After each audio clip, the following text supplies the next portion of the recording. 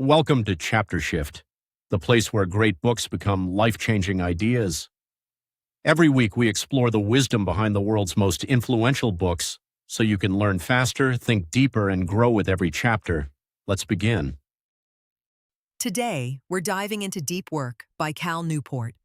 What if I told you that the reason you feel so behind on your goals isn't because you're lazy, but because your brain is basically running on Windows 95 in a high-speed internet world? Grab your chai, get comfortable, and let's get into it. Today, we're going to upgrade your mental software. Think about it. Do you ever sit down at your desk with big, beautiful plans to conquer the day, and then you just end up staring blankly at your screen while a million mental error tabs pop up? Yeah, me too. Honestly, we all do this. We get completely overwhelmed and our outdated focus habits just crash the system. Here is the funny part about our modern problem. We make this massive 5-year plan for our lives, and then we spend 40 minutes just deciding what to watch on Netflix. It's so true, right?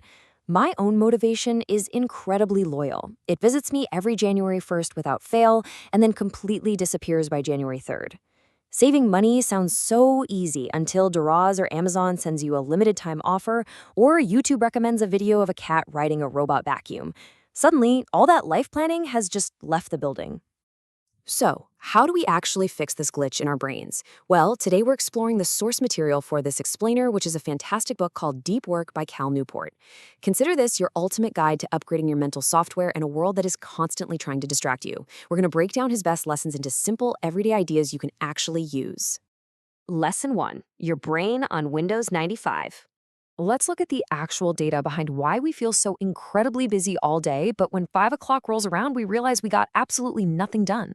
A famous McKinsey study found that average knowledge workers spend a massive 60% of their work week just doing electronic communication and internet searching. Think about that. More than half of your week is just checking emails, firing off WhatsApp messages, and looking things up. Basically, we're just pretending to work. We are professional message repliers. So, here is your practical takeaway to try today. Just start noticing your autopilot. Pay close attention to how often your brain automatically opens a new browser tab the exact second you feel even slightly bored. Don't judge it. Don't even try to stop it yet. Just notice it. You will be amazed at how automatic that little habit really is. Lesson 2. Deep versus shallow work. The author Cal Newport splits the effort we put in every day into 2 very different buckets. First, we have deep work. This is when you focus completely on one hard task without any distractions. It pushes your brain to its limits, and it creates something new and valuable. Then, on the other side, we have shallow work. This is the distracted, busy work. Answering easy emails, organizing folders, or sitting in meetings where you just nod along. It's logistical, and honestly, almost anyone could do it. So how do you know what kind of work you're actually doing? Give yourself this simple test. Ask the college grad question. If a smart, fresh college grad could learn to do your current task with just a few hours of training, then my friend, you are doing shallow work. And if your entire day is just shallow work, you really need to pay attention to this next part. Lesson 3. The modern day superpower. Now, you might be wondering, who cares if I just answer emails all day? Well, going deep isn't just a nice wellness tip to feel relaxed. It's an actual economic superpower. Let me share the funny but totally true story of a guy named Jason Ben. Jason was working in finance, essentially functioning as a human spreadsheet.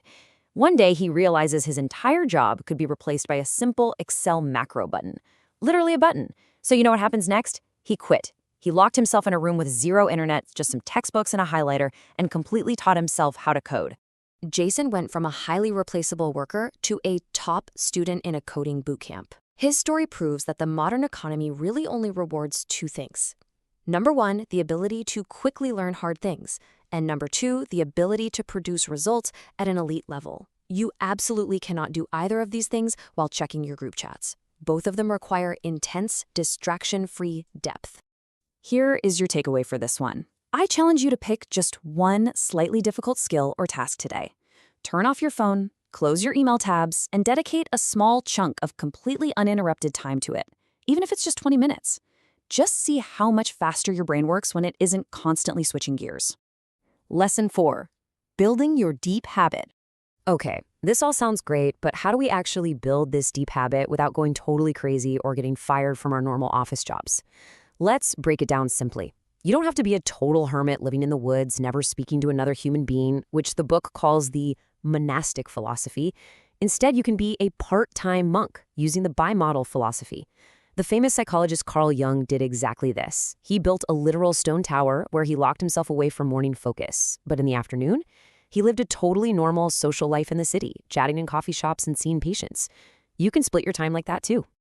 To build this habit, just follow these basic steps. First, pick a specific location for deep work. Second, define your rules, like say, no internet for 1 hour. And third, when you're done, shut down completely. Oh, and here's a quick tip.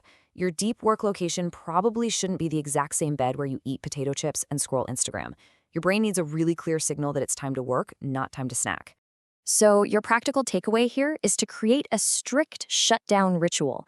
At the end of the day, literally say out loud, work is shut down. No more saying, I'm just going to check one last email. Let your brain truly rest and encounter normal everyday life. It needs that rest so it can be sharp again tomorrow. Lesson 5, draining the shallows.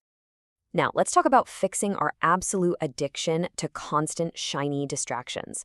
We all fall into the trap of the any benefit approach. This is when we use an app just because it might have some tiny microscopic benefit, completely ignoring how much time it actually steals from us. We stay on social media just in case a guy we barely knew in high school posts a picture of his lunch. We are happily sacrificing our brain's ability to focus just to see what a stranger's eating for a Tuesday afternoon snack. It's kind of madness when you think about it. Here is the fix. Instead of taking breaks from your work to go on the internet, we should flip the script entirely. Take scheduled breaks from the internet to focus on your work. Keep the internet off by default and only allow yourself to log on during specific scheduled times. So let's bring this all together. If you remember only one thing from this explainer, remember this. Small changes create big results. You don't need to become a completely different person tomorrow. You don't need to move into a stone tower in the woods. Just start with one small habit. Just become a little deeper today. I want to leave you with a friendly question to ponder over the rest of your chai. What will you do with your next distraction-free hour? Think about the amazing things you could learn or build.